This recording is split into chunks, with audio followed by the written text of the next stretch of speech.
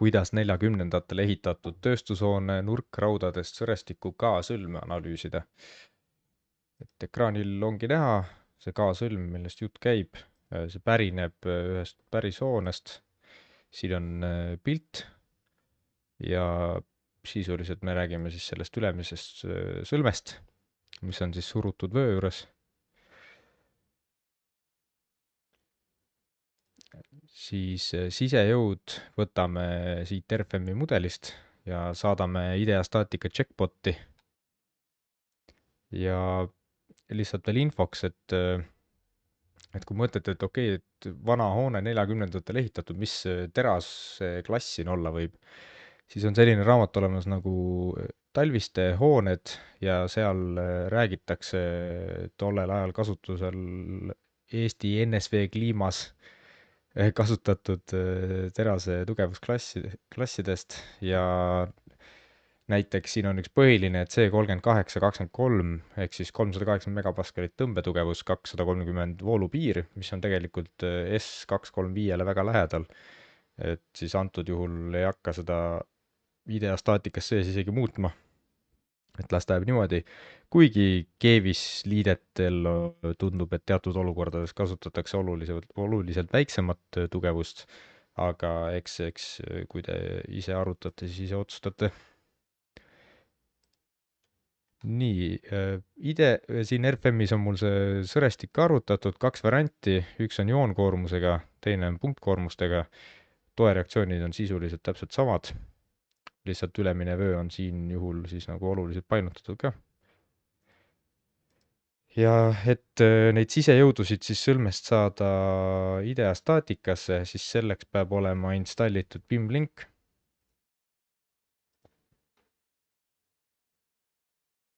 Teeme selle lahti, siis kui IDEA staatikat installid, siis tegelikult näed seda. Ja kui see on installitud, siis tekib sellisesse kausta program files IDEA staatika 24.1 net 6.0 Windows kausta selline exe IDEA RFM link. Mina olen selle siia alla taskbarile pannud ja selle abil siis saab käivitada checkbot'i. Proovime ära.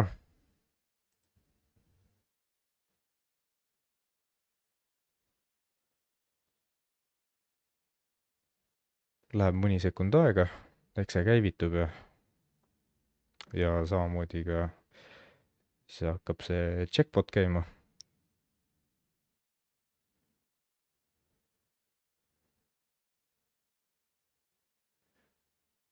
See protseduur on tegelikult teiste tarkvaradega sama, lihtsalt on vaja õiget tuppu vajutada, et saata sõlm checkbot'i ja siis edasi on IDEA staatika teema. Nii.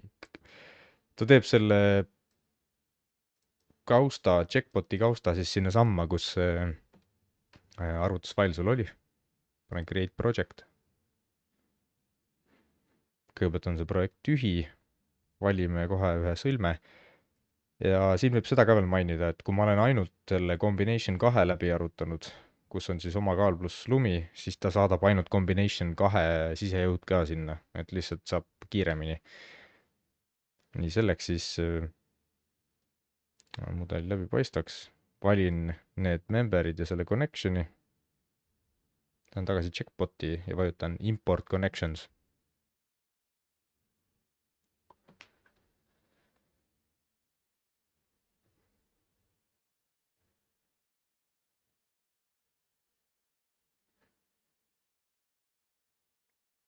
Nii, liide tuli ilusti checkbot'i üle. Siin on elemendid on natukene tagurpidi, nurkrauad, need peaks ümber pöörama. Ja kui ma nüüd selle liite avan, parem klõps kasti peale, open.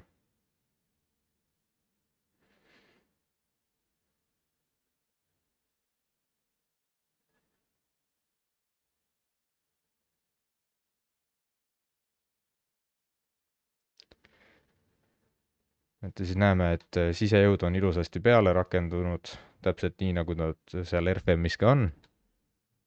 Ja paremal saame kontrollida, et unbalanced forces on 0, 0, 0, et kõik on ilusti tasakaalus.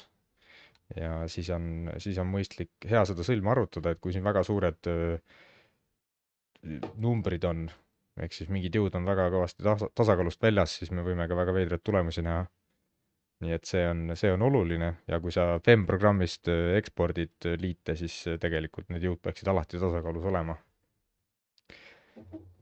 mis siis edasi? hakkame kohe lahendama. võtan selle membersi sisse.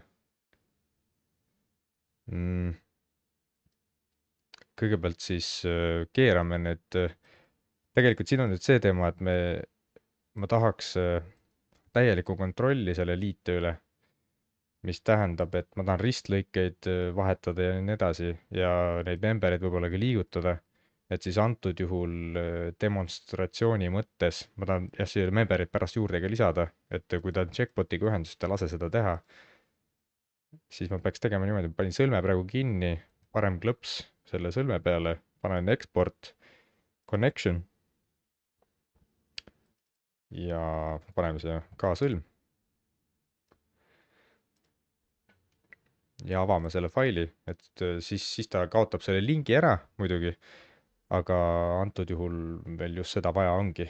et lingi mõte oleks muidugi see, et kui ma nüüd siin koormusi muudan või midagi, siis ma saan sünkroniseerida seda sõlme ja siis sisejõud muutuvad automaatselt, aga hetkel see ei ole oluline. sõlm avanes, kontrollin üle, koormused on tasakaalus, väga hea. esimese asjana siis keerame need nurkrauad õiget pidi. paneme mirror Y, samamoodi. ja teistel ka.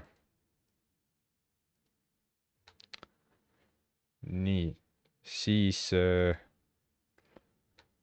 järgmisena kohe üks probleem, eks, et mul on siin või tähendab survevöö 2 tükist. Nad ei ole ju omavahel ühendatud, et kuidas selliseid vardaid omavahel ühendada. selleks siis teeme niimoodi, paneme operation, part cut ja nüüd sisuliselt cut ime M158 M206-ga, M158, M206. ta ütleb kõigepealt, et error, aga me vahetame cutting method'i ära meter cut'iks ja siis asi toimib. siis ta ühendab nad ära, nagu nad oleksid üks element ja kui ma nüüd panen mudeli läbipaistvaks, siis ma näen, et siin on siin on selline kollane joonekene, mis siis näitab, et ühendus on loodud. kui ma lülitan sisse-välja seda, siis see joonekene kaob ära, selle järgi saab kontrollida. nii, survevöö on ühendatud, järgmisena võiks näiteks teha selle liiteplaadi siia, operation, stiffening plate. keerame stiffening plate'i püsti. nii, siis nurgaks võiks kasutada selle memberi nurka ära. Gamma pitch on selline hästi pika oma kohtadega number, kopeerime. ja äkki siia sobib. ei, see on vale, tema 0, ilmselt on Z. nii, nüüd keeras ennast õigeks. siis paneme mõõdud paika. 250, 250. selle võime näiteks panna 30 ja alumise 250 või siis 225.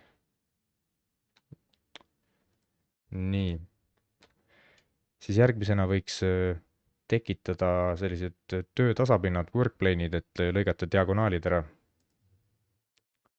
Operation, workplane, method, võtame normaalvektori järgi ja vektoriks on siis see varras ise, diagonaal.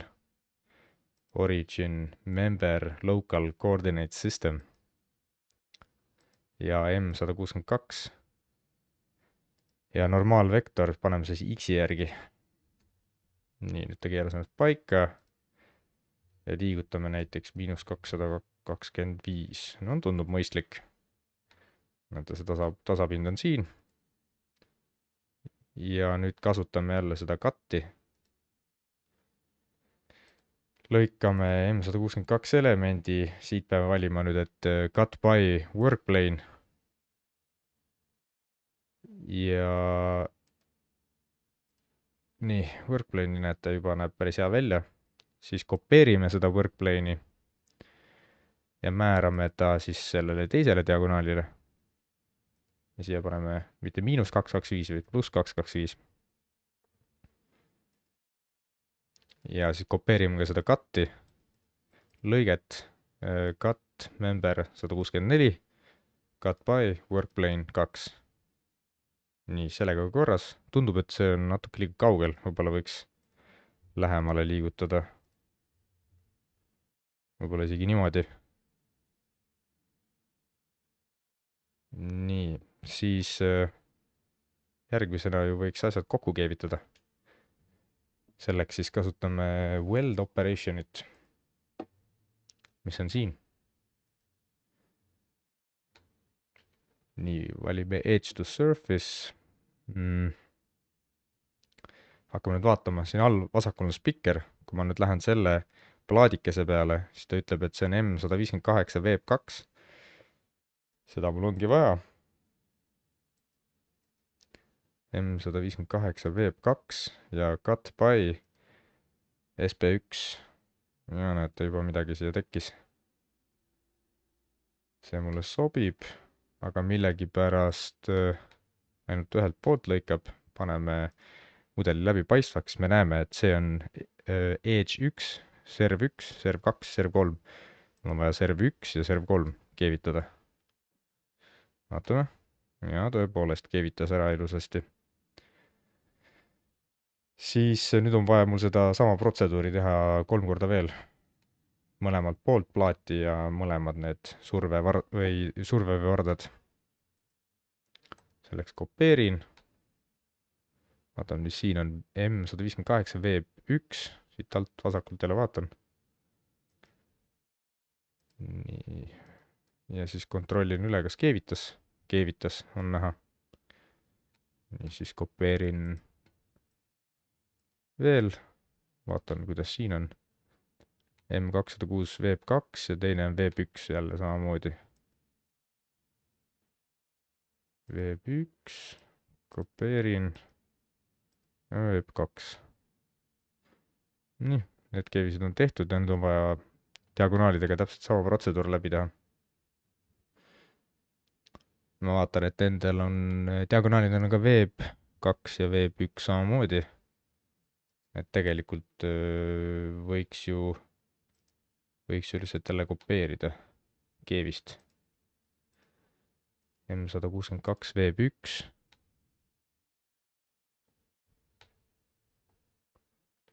Panen korra undo, ta isegi siin vist ei saa päris nii, et kui ma panen M162, siis ta teeb siia mingeid naljakaid keeviseid ülemisele plaadile ka. Seda ma ei taha tegelikult näha. Nii et kasutame seda V1 meetodit. Aga nüüd teeme seda teistmoodi, et meil on serv 1, serv 2, serv 3. Et nüüd tahame ju serv number 2 ka keevitada. Siis kirjutame siia number 2 juurde. Ja nüüd jälle teeme seda kopeerimist. 162, V2 korras ja siis veel 164 V1 ja 164 V2. Nii, tehtud. Ja tegelikult liide peakski toimima juba. Ma valin bearing member'iks selle surve diagonaali. Pärast räägin sellest lähemalt, miks ma nii tegin. Ja paneme arvutama.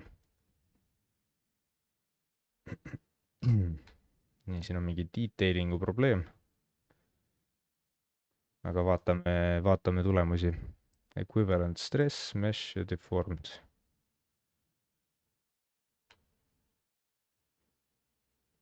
No tegelikult tundub, et on päris hästi. Keevised on natukene ülekoormatud. aga ei ole häda, võime vaadata korraga sinna detailing check'i sisse, et mida ta siin meile ütleb siis tegelikult. Selleks siis mul on nüüd siin check tab aktiivne, welds, vajutan seda plussmärki ja siis siin parem klõps print preview. Ja siis siin on näha standardipunkt ka. Ja probleem on selles, et keevise materjal on tugevam kui liidetavate elementide tugevus. Siis vaatame üle, milles probleem on. Ja probleem on ilmselt selles, et S235, et mul on elemendid on ilusasti S235 ja keevised on S355. Või siis see plaat. Ja plaat on S355, paneme S235 ja vaatame keevised üle. Keevised on samamoodi S355. Vaatame ära. No seda ei olegi, ma pean uue keevise tegema. Siis ma lähen Material tab'i. Teen, impordin uue keevise.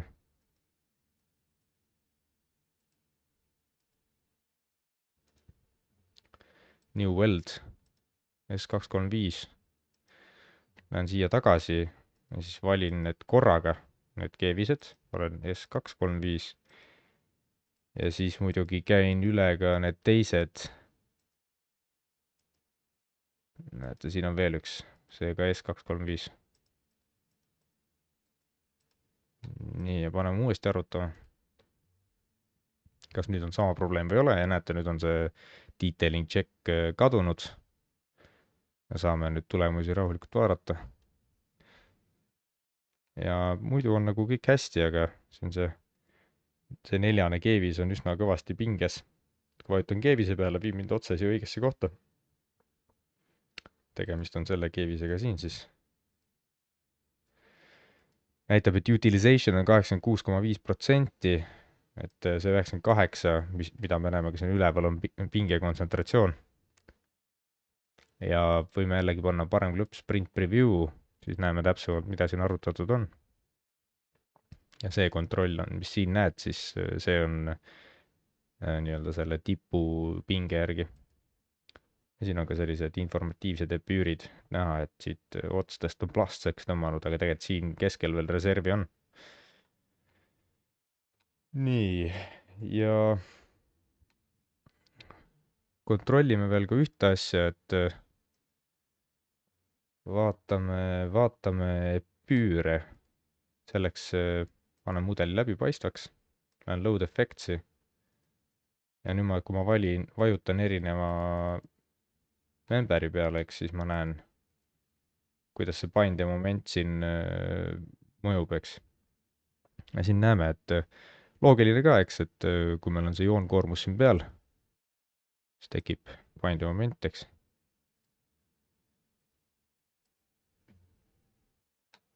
Seesama koht siin. Aga mõni, kes oli tähelepanelik, võib-olla juba nägi, et kui me tulemusi vaatasime, siis mingil põhjusel siin on nurkrauad rohelised ja siis lähevad kollaseks, ehk siis nagu pinge oluliselt suureneb siin, kuigi tegelikult idee poolest ju, kui me vaatame seda, siis ta ei tohiks nagu nii suureks ka nüüd minna.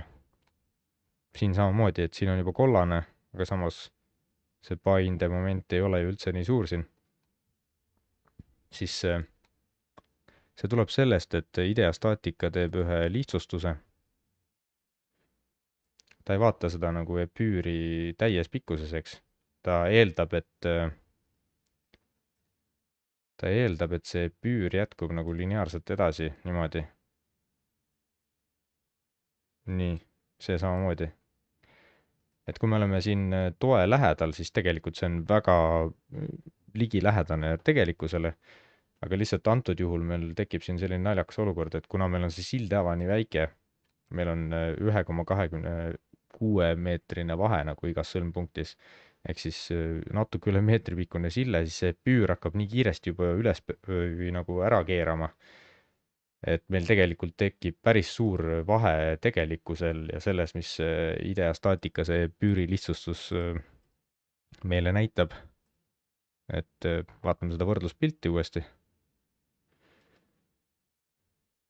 Nii, siin on siis näha, et see koht, mis on nüüd ideastaatikas kollane, ehk siis 150 megapaskalit siin, eks. Siis siin tuleb see erinevus väga hästi välja, et tegelikkuses selle lühikese silda ava peale on selles punktis paindemoment 1,67, aga ideas selle lihtsustuse tõttu on 5,10 ja kuna see profiil on selline nurkraud, eks, mis on veel üsna nagu madal, võime siit mõõdame siit siia, 80 milli on selle nurkrau kõrgus niimoodi. Ja noh, oleme ausad, siin on ta eriti nõrk selles algmises otsas, siis tegelikult igasugune väikenegi paindemoment mõjub sellele nurkrauale väga-väga halvasti. Ja selle tõttu ka tekib siin see naljakas selline kollane ala nagu mõlemas otsas. Aga kui sa tead seda, siis ei pea selle pärast muretsema. Sõlme juures, nagu ma näitasin või joonistasin, siis see piirkond, mida me ideas näeme, või noh, tähendab see sõlme ümbrune osa, kus see plaat on, et see on põhimõtteliselt õige, sellepärast muretsema ei pea. Siis järgmisena tahaks veel sellist asja rääkida, et millist elementi valida pairing elemendiks, siis minu soovitus on see, et eriti just, kui meil on survevöö sõlm, siis tasub võtta surutud diagonaal pairing elemendiks, sellepärast et kui me valime näiteks selle elemendi pairing elemendiks, siis need tulemused, mis me siin sõlmes näeme, on õiged pinged ja jõud, aga juhtub selline naljakas efekt, nii ma panin parem klõps set pairing. nüüd me näeme, et see punane, see nii-öelda see fix jäik tugi tekkis siia, eks. kui ma nüüd panen arvutama ja tulemusi vaatame, siis on see sõlm sõitnud niimoodi üles kõrgele minema. kuigi näete, noh, tulemused on täpselt samad, eks, et see keevis siin on punane ja siit on veits kollane, siit on ka kollane, et sellel nagu vahet ei ole, aga lihtsalt tekib küsimus, et miks ta niimoodi siis üles tõuseb, milles see probleem on. probleem on selles, et kui me nüüd vaatame, kuidas see süsteem toimib, et see element, mis on pairing elemendiks määratud, eks kandvaks elemendiks, siis taustal tegelikult toimub niimoodi, et ta liigub siit edasi umbes 4 nurkraua või selle ristlõike suurimat kõrgust mõõtu eemale, siin on selline fiktiivne element ja siis siin on see jäik tugi. nii, ja kui ma valin diagonaali pairing elemendiks, siis meil on selline mudel. niimoodi, jäik tugi siin, eks. ja mis põhjustab siis selle ülestõusmise, on see, et diagonaalis sisuliselt seda põikjõudu ei ole, eks. et see jõud on üliväike ja pikijõud on 205 kilonewtonit, ehk siis sisuliselt 99,9% jõududest, mis sellele nii-öelda vardale mõjuvad nii-öelda resultandina põhimõtteliselt piki selle survevöö telge, eks. aga kui me vaatame selle survevöö jõudusid, siis üritan siin näidata, et siis need väärtused on niimoodi, põikjõud on 12 ja pikijõud on 25, mis tähendab seda, et selle vardajõudude resultant on tegelikult mingisuguse nurga all, eks. ja see nurk on umbes niimoodi, et kui ma panen selle elemendi pairing elemendiks, siis need jõud, mis siin on, need enam ei loe, vaid tekib siin selline unbalance, ehk siis see ülejäänud sõlm nagu tekitab umbes sellises suunas jõu, mitte vaata siin all, kui ma panen diagonaali, eks siis tekib nagu piki diagonaali see nii-öelda tasakaalustamata jõud ja siis sõlm ei deformeeru, aga kui ma panen survevöö bearingi elemendiks, siis tekib selline tasakaalustamata jõud. ja noh, selle tasakaalustamata jõu me saame ju kaheks komponendiks jagada, eks. üks on selline komponent ja teine on see piki varrast komponent, aga kuna 12 kilonewtonit ja 25, eks, siis see jõud, siis tekibki sisuliselt selline olukord, et selle 12 kilonewtoniga ja siin on mingisugune jõuõlg, mis ta olla võib, ütleme mingi meeter. et noh, see nurkraud, mis nagunii paindele töötab väga halvasti, siis hakkab niimoodi konsoolselt tööle ja see 12 kilonewtonit suudab teda nagu piisavalt üles lükata. et epüüri mõttes tegelikult on nagu kõik jääb samaks, eks, et see epüür on selline, nagu ta siin on. ja kõik on nagu, sõlm töötab õigesti, aga lihtsalt sellise tasakaalustussüsteemi tõttu tõuseb see sõlm õhku. vot, nii et minu soovitus on see, et eriti just survevööde juures kasutada survediagonaali bearing elemendina. see on siis kõige kavalam. ei teki mingeid ulbelisi deformatsioone. siis korra näitan ühte pilti veel, kus on see kirjeldatud ka. siin ma natukene, võite pausi panna, lähemalt vaadata. aga niimoodi ta on. siis järgmisena, mida võiks veel vaadata, on buckling analysis. paneme selle diagonaali tagasi bearing elemendiks. teeme sõlmele buckling analüüsi, siis lähme checki alla, calculate stress strain buckling. kas see plaat nõtkele ka ikka vastu peab? ja siis me saame sellise tulemuse tegelikult, mis on 6,92. 6,92 ja see on survevöö kohta, vaatame edasi. see viitab sellele, et survevöö ei ole piisavalt jäik, aga ma juba tean, milles probleem on. et kui ta saatis RFM-ist seda topeltnurkrauda üle, siis tuli seina paksus väiksem, kui ta tegelikult on. all ütleb 120 X8, aga tegelikult on ta X9 ehk siis 9 mm paksune. paneme uuesti vaatame, kui ma muudan ta 9-seks, mis juhtub.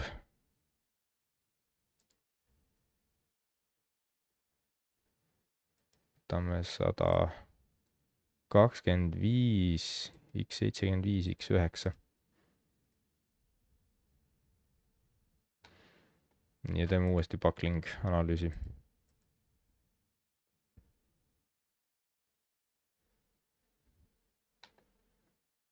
nii, nüüd on 8,8, vaatame, milline see välja näeb.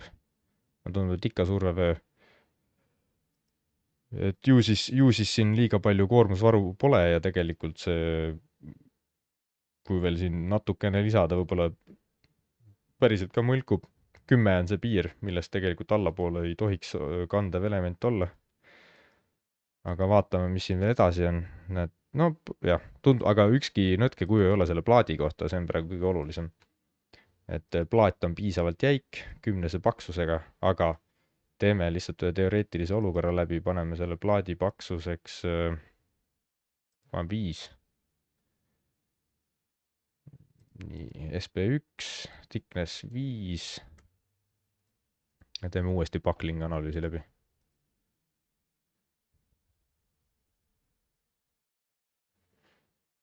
nii, ja nüüd on selleks buckling väärtuseks 5,5.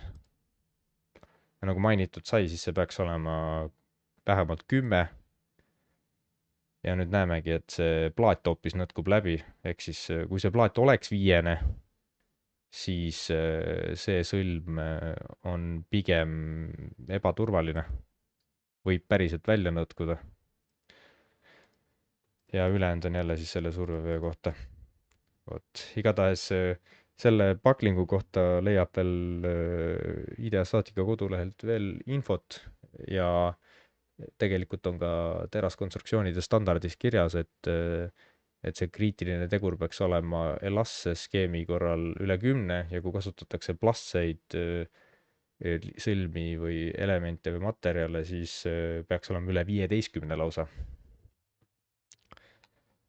Vot, ja siis üks teema veel, millest tahaks rääkida, et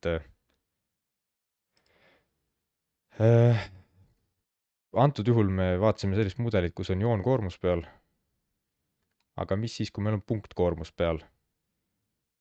Kui ma nüüd saadaks selle sõlme sinna checkbot'i ja avaks ja vaataks, mis see jõudude tasakaal on, siis oleks selline olukord, on siin see imporditud juba, panen ta aktiivseks, ja siis ta ütleks mulle niimoodi, et Z 25,65 on siis tasakaalustamata. Ja mis see 25,65 on tegelikult ju need kaks punktkoormust siin. Mul on siin 20,25 pluss 5,4. Et ongi see sama number. Et kui meil mõjub sõlmpunkti mingi punktkoormus, siis ideastaatika seda tegelikult ei tunnista. Et kõik jõud peavad käima läbi varraste. Ja kui ma nüüd panen selle arvutama, siis peaks jälle sama asi juhtuma, et kuna sõlm ei ole tasakaalus, et ülevalt alla see punktkoormuse puudus, ta peaks üles tõusma jälle. Vaatame deformatsiooni, kas see vastab tõele.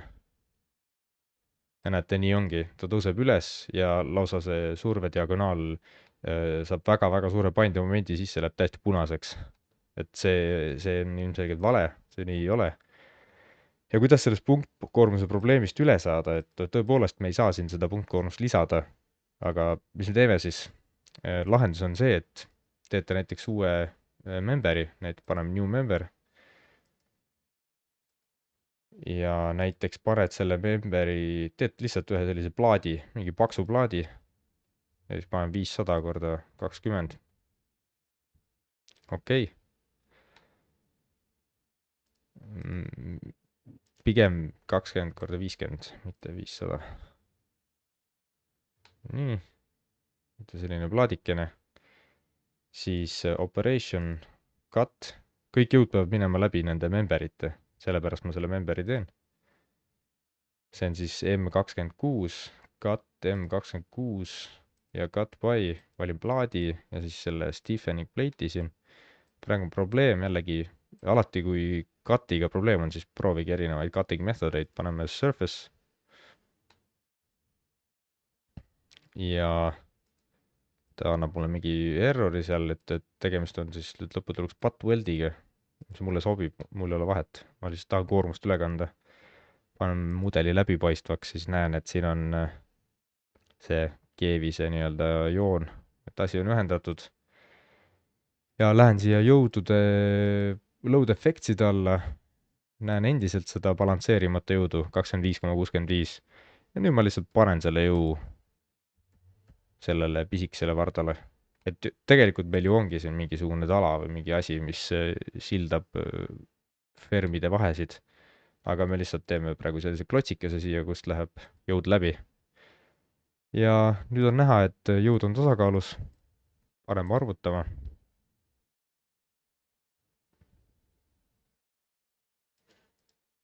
Ja nüüd näeme sisuliselt täpselt samasuguseid tulemusi nagu enne, et lihtsalt miinus see paindemoment, et kuna meil on punktkoormused, siis punktkoormused üleval, eks, mitte joonkoormus, siis näete, see element siin ei ole kollane ega midagi, siit ka ei ole kollane, see ei tunnegi peaaegu pinget, et lihtsalt survepööl on natukene lihtsam. Ja korra veel vaatan seda epüüri, panen jälle läbipaistvaks, disaini tagasi. Ja nüüd näeme, mis siin on. Kui meil enne olid jõud, meil oli paindemoment, näete, 2,81 ja 3,15, siis nüüd meil on 0,4 ja 0,4. Ja siin samamoodi, näete, 0,42, eks. Eelmises mudelis, kus on joonkoormus peal, siin oli see 5,10, mis põhjustas suured pinged, et see on sellisele nurkrauale on see väga suur, väga oluline või märkimisväärne siis. ja sellega tahakski video kokku tõmmata, et loodan, et oli abi ja edukat IdeaStatica kasutamist.